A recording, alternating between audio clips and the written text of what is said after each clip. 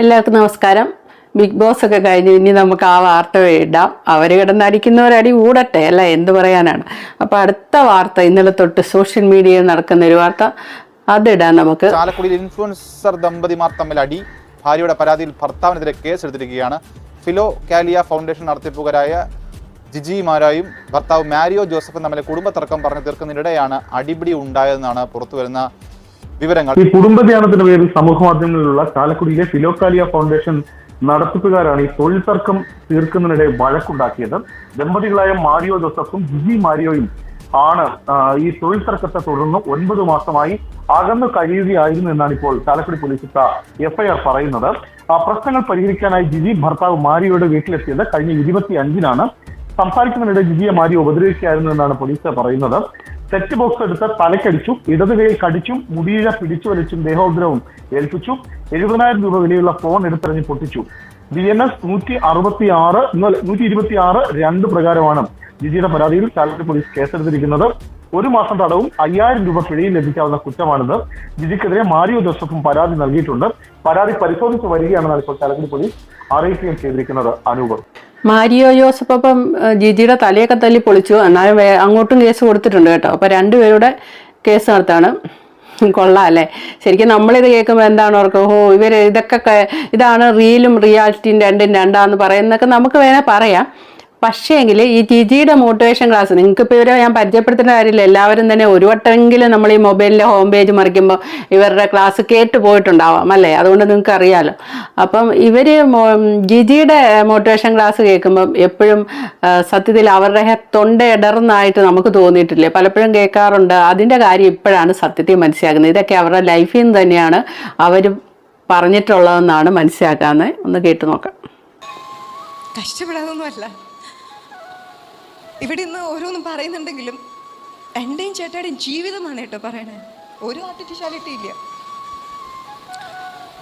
നിങ്ങൾ അനുഭവിക്കുന്നതിനെ കഴിഞ്ഞ് കൂടുതൽ ഞാനും ചേട്ടൻ അനുഭവിച്ചിട്ടുണ്ടാവാം. ഞാനും ചേട്ടൻ അടി ഉണ്ടാക്കിയിട്ടുണ്ട്, ഡിവോഴ്സ് ചെയ്യാൻ തീരുമാനിച്ചിട്ടുണ്ട്, ഒരുപാട് പ്രശ്നങ്ങളിലൂടെ പോയിട്ടുണ്ട്. പക്ഷെ ഇങ്ങനെ നിൽക്കുന്നത് കൊണ്ട് സങ്കടമില്ല, പ്രശ്നങ്ങളില്ലാത്തവരാണെന്ന് ചിന്തിക്കരുത്. എല്ലാ സൗഭാഗ്യങ്ങളും ഇരുന്നിട്ടാണ് ഇങ്ങനെയൊക്കെ പ്രസംഗിക്കുന്നത്, ക്ലാസ് എടുക്കണമെന്നൊന്നും ചിന്തിക്കരുത് കേട്ടോ. ഒരുപാട് വേദനയുണ്ട്, ഒരുപാട് തീയുണ്ട്. പക്ഷേ അത് എങ്ങനെ ടാക്കിൾ ചെയ്ത് കൊണ്ടുപോകുന്നു എന്നുള്ളതാണ് ഞങ്ങളുടെ ലൈഫിൻ്റെ അച്ചീവ്മെൻറ്റ്. അതാണ് ഈ ഫിലോകാലിയ ഫൗണ്ടേഷൻ. ഓക്കെ, എപ്പോഴോ ഞങ്ങൾ ചത്ത് പണ്ടാരടക്കേണ്ട സമയം കഴിഞ്ഞ്, എത്രയോ പ്രാവശ്യം ഡിവോഴ്സ് ചെയ്ത് പോകേണ്ട സമയം കഴിഞ്ഞ്. പക്ഷേ അപ്പോൾ അവർ തമ്മിൽ യോജിപ്പൊന്നും ഇല്ലായിരുന്നു എന്ന് പറയുന്നുണ്ട് ജിജി. പക്ഷേ ഫിലോകാലിയ എന്ന ഫിലോകാലിയ ഫൗണ്ടേഷൻ എന്ന ചാരിറ്റി സ്ഥാപനം അതുവഴി ഒത്തിരിയും പേർക്ക് ഒത്തിരി ഫണ്ട് വരുന്നുണ്ടായിരുന്നു. അവരെ ഒരു തട്ടിപ്പ് നടത്തിയിട്ടില്ലെന്നാണ് അറിയുന്നത്. ഒത്തിരിയും ചാരിറ്റി കാര്യങ്ങൾ ചെയ്തിട്ടുണ്ട്. നമ്മുടെ സുധിമോൾക്ക് അവരാണോ വീട് വെച്ച് കൊടുത്തതെന്ന് ഒരു സംശയമുണ്ട്. അങ്ങനെ കമൻറ്റ് ബോക്സ് ഞാൻ കണ്ടു കേട്ടോ. സുധിമോൾക്ക് എനിക്കറിയില്ല കേട്ടോ, അങ്ങനെ കമൻറ്റ് ബോക്സിൽ കണ്ടാണ്. അപ്പം അവർ ആ ഒരു അച്ചീവ്മെൻ്റ്, അതാണ് അവരുടെ ഒരു, അവർ തമ്മിൽ ദാമ്പത്യം അല്ലെ അവർ തമ്മിൽ വിവാഹം കഴിച്ച് ഒന്നിച്ച് ജീവിക്കുന്നതിൻ്റെ ഒരു നേട്ടമായിട്ട് എന്ത് യോജിപ്പ് കുറവുണ്ടെങ്കിലും ഈ ഒരു സ്ഥാപനം അവർ തമ്മിൽ ഉണ്ടാക്കുകയും ആ സ്ഥാപനം മറ്റുള്ളവർക്ക് ഉപകാരമാകുകയും ചെയ്തെന്നുള്ള ഒരു സത്യം അതിൻ്റെ അതുണ്ട്. പക്ഷേ അതിൻ്റെ ഇടയിൽ കൂടെ അവർക്ക് തമ്മിൽ മാനസികമായിട്ട് ഒരു യോജിപ്പും ഇല്ലായിരുന്നു എന്ന് വേണം സത്യത്തിൽ മനസ്സിലാകാൻ. സാധാ ദാമ്പത്യം, അതായത് പരസ്പരമുള്ള അങ്ങോട്ടും ഇങ്ങോട്ടും ഉള്ള വിശ്വാസം, ചതിക്കാതിരിക്കുക, ഇതൊക്കെ തന്നെയാണ് ഇപ്പം നമ്മൾ മനസ്സിലാക്കുന്ന ഒരു സത്യം. ഇവർ എന്താണ് അവരുടെ ലൈഫിൽ സംഭവിച്ചതെന്ന് നമുക്കറിയില്ല. പുറമെ വന്ന വാർത്ത, ആ വാർത്തയ്ക്ക് പുറത്ത് സംസാരിക്കാനേ നമുക്ക് പറ്റുള്ളൂ. ഇവരിൽ ആരാണ് കുറ്റക്കാർ, ആരാണ്, അതൊന്നും നമുക്ക് പറയാൻ പറ്റത്തില്ല. പിന്നെ ഇവരുടെ പ്രണയം മാത്രം കേട്ടപ്പോൾ വളരെ വ്യത്യസ്തമായ ഒരു പ്രണയമായിട്ട് എനിക്ക് തോന്നി. അത്രയൊക്കെ സഹിച്ച് വന്നവർ മുന്നോട്ടും ദാമ്പത്യത്തിൽ ജീവിച്ച് അഡ്ജസ്റ്റ്മെൻ്റ് എന്ന വാക്കി തൂങ്ങിയാണ് അവർ ഇതുവരെ ജീവിച്ചെന്ന് ഇപ്പോൾ അവരുടെ മോട്ടിവേഷനിൽ നിന്ന് തന്നെ നമുക്ക് മനസ്സിലായി. അങ്ങനെയാണ് നമ്മുടെ കേരളത്തിലെ 80% ദാമ്പത്യവും അഡ്ജസ്റ്റ്മെൻ്റ് എന്ന വാക്കിൽ തൂങ്ങി ആടുന്നവരാണെന്നുള്ള സത്യം നമുക്ക് നേരത്തെ തന്നെ അറിയാം. പക്ഷെ ഇപ്പോൾ ഉള്ള പിള്ളേർ അങ്ങനെയല്ല, പരസ്പരം വിശ്വസിക്കുക, അത് ശരിയല്ലേ അപ്പം തന്നെ ഡിവോഴ്സ് ആകുക. അതാണ് ഞാൻ അതിനെ ന്യായീകരിച്ചൊന്നും സംസാരിക്കുന്നില്ല. അതൊക്കെ കാലം മാറുന്നതിൻ്റെ അനുസരിച്ച് വരുന്നതാണ്. സ്ത്രീ ആയതുകൊണ്ട് എല്ലാം സഹിക്കണം, ഒരു പടി താഴെ നിൽക്കണം, ഒരു പടിയല്ല 2 പടി താഴെ നിൽക്കണം എന്നൊക്കെ പറഞ്ഞുള്ള ഒരു തലമുറ കടന്നുപോയി. അത് കഴിഞ്ഞ് പുതിയ തലമുറ 1 പടിയും 2 പടിയും ഒന്നും താഴെ നിൽക്കാൻ തയ്യാറാവില്ല, അവരൊപ്പത്തിനൊപ്പം നിൽക്കാനേ തയ്യാറാവുന്നുള്ളൂ. അതുകൊണ്ട് അമ്മമാരൊക്കെ ആൺപിള്ളേരെ വളർത്തുമ്പം ഇപ്പം നീ ആണാണെന്നുള്ള രീതിയിൽ ഒരു പരിഗണന കൊടുത്ത് വളർത്തരുത്. ആണിനും പെണ്ണിനും ഒരേ പരിഗണന കൊടുത്ത് വളർത്തുക. നാളെ നിങ്ങളുടെ മകൻ കല്യാണം കഴിച്ച് കഴിയുമ്പോൾ വന്നു കയറുന്ന പെണ്ണ് വ്യത്യാസമായിട്ട് കാണുകയില്ല. പണ്ട് അങ്ങനെയല്ല. ഒരു കുഞ്ഞു വാവയെ കൈ കിട്ടിയ പെൺകുട്ടികൾ നോക്കുന്ന എങ്ങനെയാണോ അതേപോലെ ഒരു ഭർത്താവിനെ കൈ കിട്ടിയ പെൺകുട്ടികൾ നോക്കണം. അവനെ അമ്മ ഒരു വാവ് പോലെ ഇങ്ങനെ എല്ലാം ചെയ്തു കൊടുത്ത് വളർത്തി ഇങ്ങനെ പുരുഷ കേസരിയായിട്ട് വെച്ചിരിക്കുകയായിരിക്കും. വരുന്ന പെണ്ണ് പല്ല് വെക്കാൻ ബ്രഷ് വരെ എടുത്തു കൊടുത്ത് ഇങ്ങനെ ഓപോലിച്ച് മുന്നോട്ട് കൊണ്ടുപോകേണ്ട ഒരു കാലം. അടുത്ത തലമുറ ഒരിക്കലും അങ്ങനെയല്ല. അതുകൊണ്ട് നമ്മളുടെ അമ്മമാരൊക്കെ ചെയ്ത് വെച്ച് നമുക്കുള്ള ആൺപിള്ളേരെ നമ്മൾ അതുപോലെ വളർത്തിക്കൊണ്ട് വരരുത്. വന്നാൽ അത് നമുക്ക് പണി കിട്ടും. നമ്മൾ ചത്തു കഴിഞ്ഞാലും നമ്മുടെ ആത്മാവിന് പോലും ശാന്തി കിട്ടുകയില്ലാത്ത പോലെ പെൺപിള്ളേർ തെറിവിളിയായിരിക്കും. നിന്റെ തള്ള വളർത്തി വെച്ചിരിക്കുന്ന കണ്ടോ എന്ന് ചോദിച്ച് ഉള്ള തെറിവിളി കേൾക്കും. അതുകൊണ്ട് ആൺപിള്ളേരെയൊക്കെ ട്രെയിൻ ചെയ്ത് വളർത്തിക്കൊള്ളുക. ഒപ്പത്തിനൊപ്പമാണ് ഇനി അങ്ങോട്ട് കാലം പോവുക. അപ്പോൾ അടുത്ത ക്ലാസ് കേൾക്കാം. ഞാൻ പറയുന്നത് ബന്ധങ്ങളെ ചേർത്ത് വെക്കാനാണ് പറയുക കേട്ടോ. ബന്ധങ്ങളെ ചേർത്ത് വെക്കുക. അപ്പൻ, അമ്മ, ഭാര്യ, ഭർത്താവ്, മക്കള് ഇതൊക്കെ നഷ്ടപ്പെട്ടിട്ട് എന്തെങ്കിലും നേടിയിട്ട് വല്ല കാര്യമുണ്ടോന്നേ? വല്ല കാര്യമുണ്ടോ? ഉള്ളു കോടികളുടെ 5000-10,000 സ്ക്വയർ ഫീറ്റ് വീടിലാ. നിങ്ങൾക്ക് കിടക്കാൻ ഒരു ഡബിൾ കോട്ട് കട്ടിൽ മതി. 500 ഏക്കർ ഉണ്ടെന്ന് പറയും. നിങ്ങൾക്ക് കിടക്കാൻ എത്ര സ്ഥലം വേണം? ഒരു ഡബിൾ കോട്ട് കട്ടില്. ആ കട്ടിലിൽ ആരാ കിടക്കണ്ടേ? നിങ്ങളുടെ ഭാര്യയോ അല്ലെങ്കിൽ ഭർത്താവോ അല്ലേ? ഇതൊക്കെ പണിതിട്ട് സ്നേഹത്തോട് കെട്ടിപ്പിടിച്ച് കിടന്നുറങ്ങാൻ ഒരു ഭാര്യ ഒരു ഭർത്താവും ഇല്ല എന്നെങ്കിൽ പിന്നെ എന്തിനാന്ന് ഇതൊക്കെ സമ്പാദിക്കണേ? ആർക്ക് വേണ്ടിട്ടാന്നേ സമ്പാദിക്കണേ? ആരെ കാണിക്കാനാ വന്നേ സമ്പാദിക്കണേ? മനുഷ്യരെ കാണിക്കുമ്പോ പൊങ്ങച്ചം കാണിച്ച് കളർഫുൾ ഡ്രസ് ഇട്ട് തന്നിട്ട് എന്താ പ്രയോജനം? അകത്തിങ്ങനെ മനസ്സ് ശാന്തമല്ല എങ്കിൽ പുറത്ത് വല്ലവരും കാണിച്ചിട്ട് വല്ല പ്രയോജനം ഉണ്ടോ? നമ്മൾ ജീവിക്കുന്നതിന് വല്ല അർത്ഥവും ഉണ്ടോ? സത്യത്തിൽ ഇവരുടെ ജീവിതം ഇനി എങ്ങനെയാവട്ടെ, പക്ഷെ അവർ പറഞ്ഞത് വളരെ 100% ശരിയാണ്. നമ്മൾ ഒത്തിരി പണമൊക്കെ ഉണ്ടാക്കിയിട്ട് ഒത്തിരി സ്വർണം, ഒത്തിരി ഡ്രസ്സ് എല്ലാം ഉണ്ടാക്കി ഒരു ഫംഗ്ഷനൊക്കെ പോകുമ്പോൾ ഭാര്യയും ഭർത്താവും ചിലരെ ഞാൻ കണ്ടിട്ടുണ്ട്. സ്വന്തം അനുഭവത്തിൽ നിന്ന് പറയാവേ, ചിലരെ ബന്ധുക്കാരായിട്ടും ഫ്രണ്ട്സായിട്ടും ഒക്കെ നമുക്ക് ഒത്തിരി പേരുണ്ടല്ലോ. അതിൽ നിന്ന് ചിലരെ ഞാൻ കണ്ടിരിക്കുന്നത് 10 പേരുടെ മുന്നിലെത്തിയ മാതൃകാ ദമ്പതികൾ നമ്മളിങ്ങനെ കൈ ഒപ്പി പോകും. അതുപോലത്തെ അഭിനയം കാഴ്ച വെക്കും. എന്തൊക്കെയാ കാറ്റാന്ന് പറയാൻ പറ്റില്ല. നമുക്കിങ്ങനെ കൊതി വരും. നമ്മുടെ ഭർത്താവ് അങ്ങനെ ചോറ് വാരിക്കൊടുക്കുന്നു, പരസ്യമായിട്ട് ചോറ് വാരിക്കൊടുക്കുന്നു. ഇതൊക്കെ കാണുമ്പോൾ നമ്മൾ ഓർക്കും, നമ്മുടെ ഭർത്താവ് എന്ത് പരിക്കനോ, ഇങ്ങനെയൊന്നും സ്നേഹം കാണിക്കുന്നത്, അയലത്തെ അദ്ദേഹം. അതാണ് സത്യത്തിൽ പറയാൻ തോന്നുന്നത്. അങ്ങനെയൊക്കെ ആണല്ലോ എന്ന് ഓർക്കും. സത്യത്തിൽ അവിടെ മനസ്സിലാക്കിക്കോണം. അത് നിങ്ങൾ ഇനിയുള്ള പുതിയ പെൺകുട്ടികളാണെങ്കിലും അത് മനസ്സിലാക്കുക.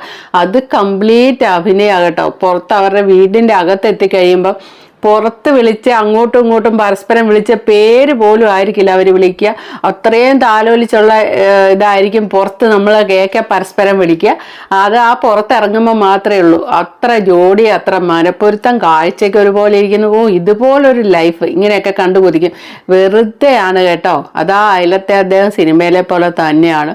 റിയൽ ലൈഫിൽ അവരൊന്നും അങ്ങനെയല്ല, വെറുതെയാണ്. നമുക്ക് അത് കിട്ടിയില്ലല്ലോ എന്നോർത്ത് നമ്മൾ ഒരു നിമിഷം അതോർത്ത് നമ്മൾ വേദനിച്ചാൽ എന്താണ് കയ്യിലിരിക്കുന്നത് അറിയാതെ കാക്കപ്പുല്ല്, കയ്യിലിരിക്കുന്ന വജ്രം അറിയാതെ കാക്കപ്പുല്ല് തേടി പോകുന്നു. അങ്ങനെ എന്തോ ഒരു ഇതുണ്ട്. അതുപോലെയാണ് നമുക്കാണ് അവരെക്കാട്ടും നല്ല ലൈഫ് കിട്ടിയത്. നമ്മൾ അവരുടെ അഭിനയം കണ്ട് നമ്മൾ വിഷമിച്ച വെറുതെ വിഡ്ഢികളാകുന്നത് നമ്മളാണ്. കുറേ പേര് സമൂഹത്തിൽ അങ്ങനെയുണ്ട്. വെറുതെ അഭിനയം കാഴ്ചവെക്കും, ഒരർത്ഥമില്ലാത്ത അഭിനയം. അത് ഞാൻ എൻ്റെ അനുഭവത്തിൽ നിന്ന് പറയുന്ന ഇഷ്ടംപോലെ ആൾക്കാരെ ഞാൻ അങ്ങനെ കണ്ടിട്ടുണ്ട്. സൂപ്പർ ഓസ്കാർ മേടിക്കും. ലാലേട്ടനൊന്നും ഒന്നുമല്ല ഇവരുടെ മുന്നിൽ. അതുപോലെ അഭിനയിക്കുന്ന മനുഷ്യരെ എനിക്കറിയാം. പക്ഷെ വീട്ടിൽ കയറിയ കീരിയും പാമ്പും പോലെ അവർ അങ്ങനെ കഴിയുന്നവരും ഉണ്ട്. അതുകൊണ്ട് അതൊന്നും കണ്ട ആരും വിഷമിക്കരുത്.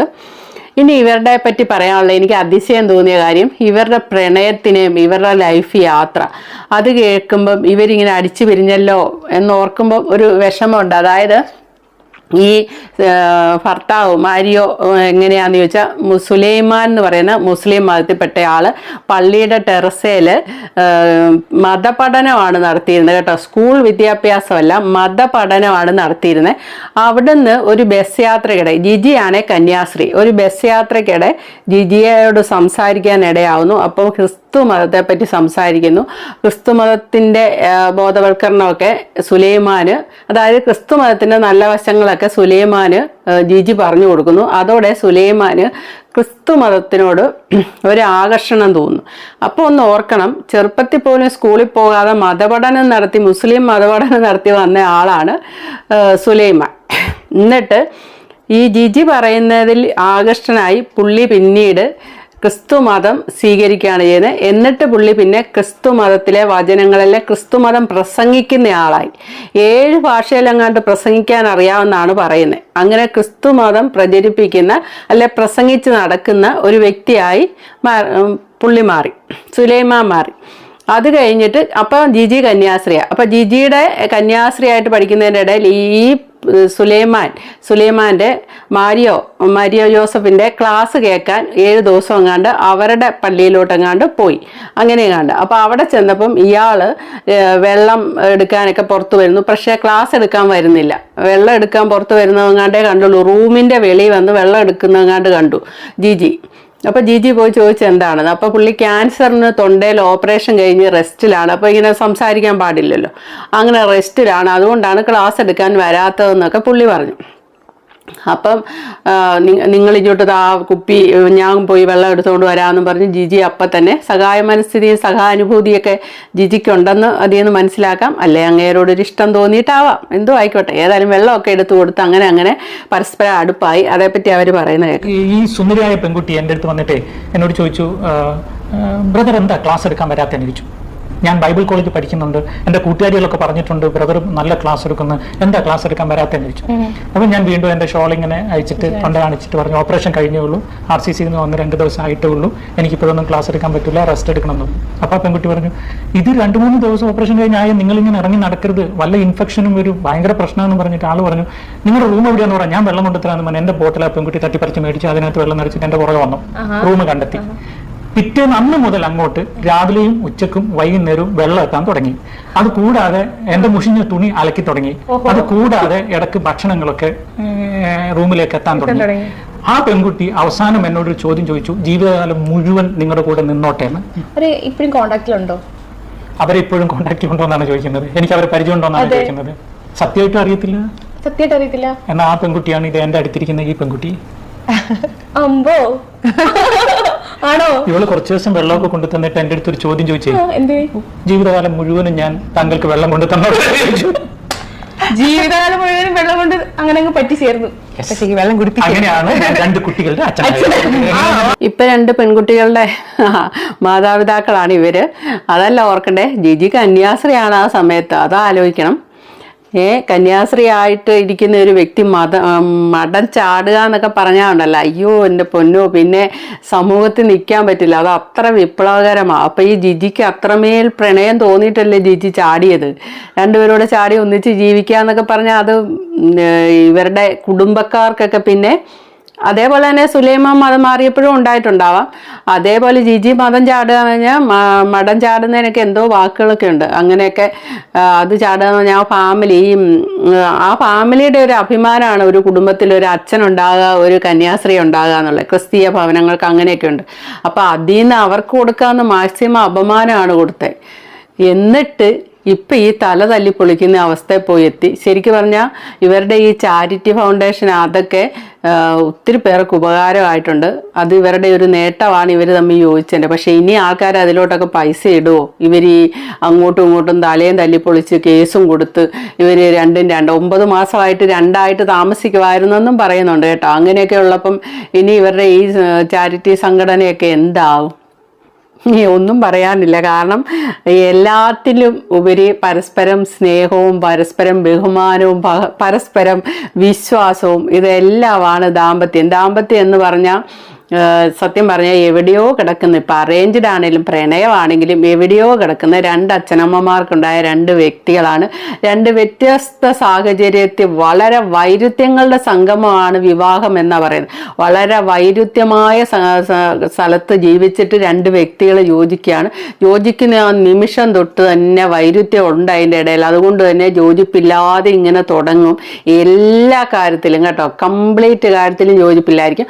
പക്ഷേ അവിടെ ഒരു ചെറിയ വിട്ടുവീഴ്ച മനോഭാവം സ്ത്രീകൾ പൊതുവെ കാണിച്ചു വരും. അങ്ങനെ പുരുഷന്മാരുണ്ട് കേട്ടോ. അല്ലെ എൻ്റെ മെക്കിട്ടേണ്ട പുരുഷന്മാരും ഒത്തിരിയും വിട്ടുവീഴ്ച ചെയ്യുന്നവരുണ്ട്.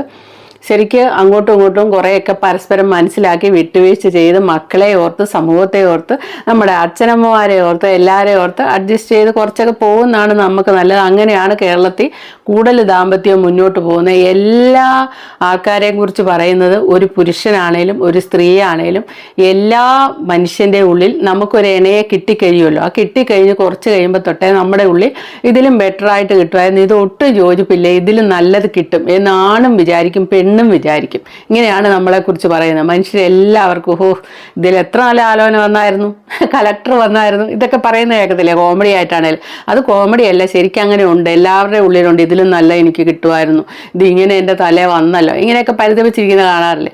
പക്ഷേ കിട്ടിയതിൽ എങ്ങനെയെങ്കിലും ഒക്കെ സന്തോഷം കണ്ടെത്തി നമ്മൾ ആ രീതിക്ക് പോയാൽ നമുക്കൊരു മനസ്സമാധാനത്തോടു കൂടി മുന്നോട്ട് പോകാം. അതല്ലാതെ ഡിവോഴ്സായി സമൂഹത്തിൽ നിന്ന് ഇതായി പിന്നെ ഇപ്പം സ്ത്രീകൾക്ക് ജോലിയൊക്കെ ഉണ്ട്, പുരുഷന്മാരെ ആശ്രയിക്കേണ്ട കാര്യമില്ല. അതുകൊണ്ട് ഡിവോഴ്സ് ആയാലും അവരൊറ്റയ്ക്ക് കാലം നിൽക്കും. ഡിവോഴ്സ് ആകുന്നത് വളരെ മോശം കാര്യം എന്നൊന്നും ഞാനിവിടെ പറയുന്നില്ല. അതൊക്കെ ഓരോരുത്തരുടെ ജീവിത സാഹചര്യം അനുസരിച്ച് നമുക്കെടുക്കാം. എല്ലാം സഹിച്ച് അവിടെ കഴിയണമെന്ന് നമ്മൾ പറയില്ലേ, എല്ലാം സഹിച്ച് അവിടെ കഴിഞ്ഞാൽ അവസാനം നമ്മൾ ഈ അടുത്ത് കണ്ട വിസ്മയ, ജിസ്മോളെ, ഷൈനി അങ്ങനെയുള്ള സംഭവങ്ങളുണ്ട്. അങ്ങനെയൊന്നും അതുകൊണ്ട് അതും പറയാൻ പറ്റിയല്ല. എന്താണെന്ന് വെച്ചാൽ അവനവൻ്റെ സാഹചര്യം അനുസരിച്ച് അവനവനൊരു തീരുമാനം എടുക്കാനുള്ള കപ്പാസിറ്റി ആണും പെണ്ണും കാണിച്ചാൽ മതി.